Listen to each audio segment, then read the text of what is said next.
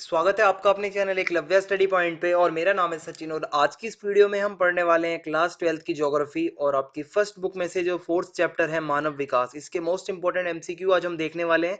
तो आइए वीडियो को स्टार्ट करते हैं। और आपको बताना चाहूंगा कि क्लास 12th के नोट्स सब अवेलेबल हैं। अगर आप पढ़ना चाहते हैं तो आपको गूगल पे जाना है, वहां जाके eklavyastudypoint.com सर्च मारना है। आपके सामने कुछ ऐसी स्क्रीन खुलेगी और ये जो फर्स्ट वेबसाइट है इस पर आपको क्लिक करना है, फिर आप हमारी वेबसाइट के अंदर आ जाओगे। और ये जो 3 लाइनें आपको दिख रही हैं ये कैटेगरी की लाइन है, इसको क्लिक करते ही आपके सामने क्लासें खुलेंगी। और क्लास 12 पे जब आप क्लिक करोगे तो आपके सामने सब्जेक्ट्स खुल जाएंगे। तो जो भी सब्जेक्ट्स के नोट्स आप पढ़ना चाहते हो जिस भी बुक के, आप उस पर क्लिक करोगे तो नोट्स आपके सामने खुल जाएंगे। और बाकी आपकी कोई भी प्रॉब्लम या कोई भी डाउट हो तो आप मुझे इंस्टाग्राम पे फॉलो कर सकते हैं, मेरा यूजर नेम आपके सामने है। तो आइए स्टार्ट करते हैं। तो हमारी आज की वीडियो बहुवैकल्पिक प्रश्न वाली होने वाली है, यानी कि आपको विकल्प मिलेंगे 4 और आपको सही आंसर बताना है कौन सा है। तो आइए स्टार्ट करते हैं। आज का हमारा पहला प्रश्न है, मानव विकास का अर्थ होता है डैश। ठीक है, आपको बताना है कि मानव विकास का अर्थ क्या होता है। क है आर्थिक सुधार, ठीक है, या ख है जिसको बी कहते हैं सामाजिक सुधार, सी है गुणवत्ता में सुधार, डी है इनमें से कोई नहीं। तो मानव विकास का अर्थ होता है गुणवत्ता में सुधार। ठीक है, क्वालिटी में जब सुधार होता है तो उसी को हम मानव विकास हम कह सकते हैं इन ऑप्शंस के अनुसार।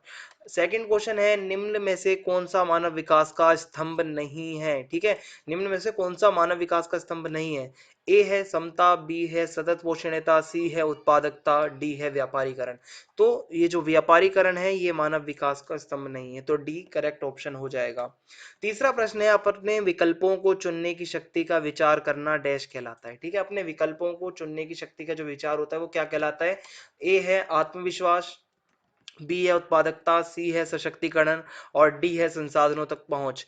तो इसमें जो सही आंसर होगा वो होगा सशक्तिकरण, क्योंकि सशक्तिकरण ही इसमें आएगा, क्योंकि अपने विकल्पों को चुनने की शक्ति का विचार करना सशक्तिकरण ही कहलाता है। ठीक है, चौथा प्रश्न है, निम्नलिखित में से कौन सा मानव विकास का मापन सूचक नहीं है। ठीक है, आपके सामने कुछ ऑप्शंस बताऊंगा, आपको बताना है कि इनमें से कौन सा है कि मतलब जो मानव विकास का मापन सूचक नहीं है।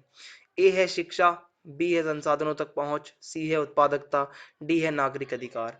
तो इसमें नागरिक अधिकार सही आंसर होगा, क्योंकि नागरिक अधिकार जो है वो मानव विकास का मापक जो है मतलब मापन सूचक नहीं है। पांचवा प्रश्न है आपके सामने, निम्नलिखित में से किस विद्वान का संबंध मानव विकास सूचकांक से है। ठीक है, मानव विकास सूचकांक का संबंध इनमें से किस विद्वान का है आपको बताना है। ए है जॉर्ज बी क्रेसी, बी है मॉल्थस, सी है डॉक्टर महबूब उल हक और डी है इनमें से कोई नहीं। तो इसमें जो डॉक्टर महबूब उल हक हैं ये सही होगा आंसर, क्योंकि डॉक्टर महबूब उल हक का संबंध, ये एक ऐसे विद्वान है जिनका संबंध मानव विकास सूचकांक से है। ठीक है, छठा प्रश्न है आपके सामने, निम्नलिखित में से कौन सी विशेषता मानव विकास के निम्न स्तरों वाले देशों में नहीं होती। क्वेश्चन को ध्यान से सुनना है कि निम्नलिखित में से कौन सी विशेषता मानव विकास के निम्न स्तरों वाले देशों में नहीं होती, यानी कि जहां कम मानव विकास होता है। ए है राजनीतिक उपद्रव, बी है सामाजिक खंडों में अधिक निवेश, सी है सामाजिक अस्थिरता, डी है अकाल व बीमारियां। ठीक है, तो इसमें सामाजिक खंडों में अधिक निवेश ये सही आंसर हो जाएगा, क्योंकि सामाजिक खंडों में अधिक निवेश का मतलब यहाँ पर देखें तो यहाँ पे लिखा हुआ है कि कौन सी विशेषता मानव विकास के निम्न स्तरों वाले देशों में नहीं होती। तो यही वो विशेषता है जो कि नहीं होती। ठीक है, जो निम्न स्तर वाले देश होते हैं वहां पे सामाजिक खंडों में अधिक निवेश नहीं होता है, तो बी सही आंसर हो जाएगा। सातवां प्रश्न है, सार्थक जीवन डैश होता है, यानी कि सार्थक जीवन केवल डैश होता है। आपको बताना है इसमें क्या आएगा। ए है दीर्घ नहीं, यानी कि सार्थक जीवन केवल दीर्घ नहीं होता है, बी है सार्थक जीवन केवल दीर्घ होता है, या सी है सार्थक जीवन केवल लघु होता है, या डी है इनमें से कोई नहीं। तो यहाँ पे आएगा जो ऑप्शन करेक्ट वो होगा ऑप्शन ए, जो कि है दीर्घ नहीं, क्योंकि सार्थक जीवन केवल दीर्घ नहीं होता, लंबा नहीं होता। ठीक है, बल्कि जीवन का कुछ लक्ष्य होना चाहिए।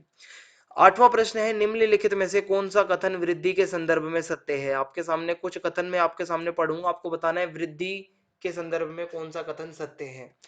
पहला विकल्प है, इसका चिन्ह धनात्मक अथवा ऋणात्मक हो सकता है, या बी है इसका चिन्ह केवल धनात्मक हो सकता है, या सी है इसका चिन्ह केवल ऋणात्मक हो सकता है, या डी है इनमें से कोई नहीं।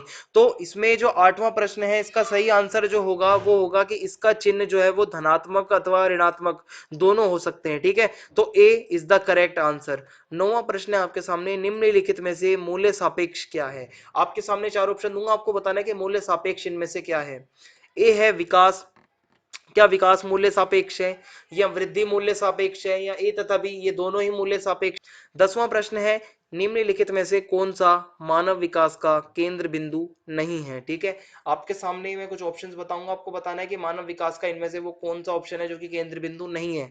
ए है संसाधनों तक पहुंच, बी है स्वास्थ्य, सी है शिक्षा और डी है सशक्तिकरण। तो जो सशक्तिकरण है वो मानव विकास का केंद्र बिंदु नहीं है। ठीक है, तो 10वें प्रश्न का सही आंसर डी हो जाएगा।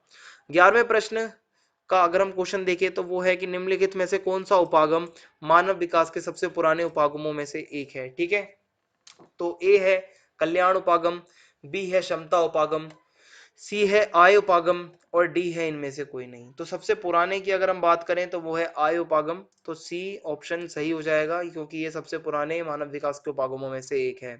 12वां प्रश्न है अंतरराष्ट्रीय श्रम संगठन ILO ठीक है द्वारा कौन सा उपागम प्रस्तावित किया गया था, आपको याद हो तो।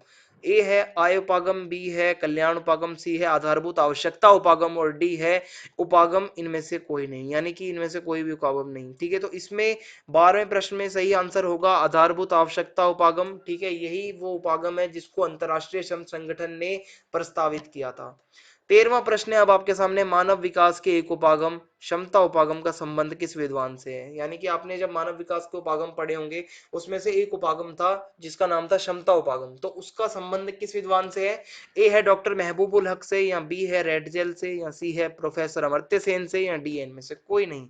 तो प्रोफेसर अमर्त्य सेन का संबंध है क्षमता उपागम से। ठीक है, तो सी आंसर इसका हो जाएगा। 14वां प्रश्न है निम्नलिखित में से मानव विकास का मापन करने के लिए मतलब क्रम कौन मतलब तैयार करता है। यानी कि मानव विकास का मापन के लिए जो क्रम होता है वो कौन तैयार करता है, आपको बताना है। ए है HDI यानी कि ह्यूमन डेवलपमेंट इंडेक्स, बी है PDI या सी है MTI या डी है इनमें से कोई नहीं। तो इसमें सही आंसर होगा HDI, जो ह्यूमन डेवलपमेंट इंडेक्स है वही जो है क्रम को तैयार करता है, तो ए इज करेक्ट। 15वां प्रश्न है निम्न में से वह कौन सा देश है जिसने सकल राष्ट्रीय प्रसन्नता को देश की प्रगति का आधिकारिक माप घोषित किया है। ठीक है, तो ए है भारत, बी है भूटान, सी है नेपाल और डी है चीन। तो इनमें से वो जो देश है जिसने मतलब राष्ट्रीय सकल राष्ट्रीय प्रसन्नता को देश की प्रगति का आधिकारिक माप घोषित किया है वो देश है यहाँ पे भूटान। ठीक है, तो ऑप्शन बी यहाँ पे सही हो जाएगा। 16वां प्रश्न है मानव विकास प्रतिवेदन 2006 के अनुसार भारत डैश स्थान पर था। आप इसका आंसर मुझे कमेंट बॉक्स में बताओगे 2006 के अनुसार भारत कौन से स्थान पे था। ऑप्शन ए है 155वें, ऑप्शन बी है 166वें या ऑप्शन सी है 126वें, ऑप्शन डी है 177वें। तो इनमें से भारत कौन से स्थान पर था 2006 में मानव विकास रिपोर्ट के अनुसार। ठीक है, तो आप मुझे बताओगे। 17वां प्रश्न है आपके सामने निम्नलिखित में से कौन सा देश मानव विकास सूचकांक में सर्वोच्च स्थान पे है। सबसे ऊपर कौन है आपको बताना है। ऑप्शन ए है पाकिस्तान, ऑप्शन बी है कनाडा, ऑप्शन सी है नॉर्वे और ऑप्शन डी है चीन। तो इसमें जो सही आंसर होगा वो होगा नॉर्वे, क्योंकि नॉर्वे वो देश है जो कि मानव विकास सूचकांक में सबसे ऊपर है। 18वां प्रश्न है आपके सामने क्षमता उपागम किस क्षेत्र से संबंधित है। ठीक है, जो क्षमता उपागम है वो किससे जुड़ा हुआ है। ए है परिवहन के क्षेत्र से या बी है श्रमिकों के क्षेत्र से, सी है संसाधनों तक पहुंच के क्षेत्र से या डी है इनमें से कोई नहीं। तो जो क्षमता उपागम है वो जुड़ा हुआ है संसाधनों तक पहुंच के क्षेत्र से। ठीक है, तो सी इज करेक्ट ऑप्शन। 19वां प्रश्न है आपके सामने निम्न में से संसाधनों तक पहुंच को कौन से के संदर्भ में मापा जाता है। ठीक है, तो आपको बताना है कि ये जो ऑप्शन बताऊंगा इसमें से संसाधनों तक पहुंच को कौन से के संदर्भ में मापा जाता है। ए है विक्रय शक्ति के संदर्भ में या बी है क्रय शक्ति के संदर्भ में, सी है यहाँ पे अनुग्रह शक्ति के संदर्भ में या डी है इनमें से कोई नहीं। तो इसका जो सही आंसर होगा 19वें का वो होगा क्रय शक्ति के संदर्भ में, क्योंकि संसाधनों तक पहुंच को जो है इसी के संदर्भ में मापा जाता है।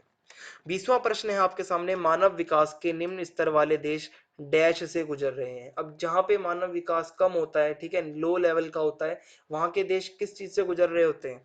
तो ए है राजनीतिक उपद्रव से या फिर गृह युद्धों से या ए तथा बी दोनों, इन दोनों चीजों से ही गुजर रहे होते हैं या डी है इन दोनों में से कोई नहीं। ठीक है, तो इसमें जो मानव विकास के जो लो स्तर वाले देश होते हैं वो गुजर रहे होते हैं राजनीतिक उपद्रव से भी और गृह युद्ध से भी। तो इसका मतलब है ऑप्शन सी जिसमें लिखा है कि ए तथा बी दोनों, ये सही हो जाएगा। तो इसी के साथ हमारी ये वीडियो खत्म होती है। अगर आपको वीडियो पसंद आई है तो आप चैनल को सब्सक्राइब करना बिल्कुल भी ना भूलें, बेल आइकन दबा दें ताकि आने वाले वीडियोस के अपडेट आपको मिलते रहें। और कमेंट बॉक्स में आप अपना आंसर जरूर दें, वीडियो को शेयर कर दें अपने फ्रेंड्स के साथ में। जय हिंद, जय भारत, धन्यवाद।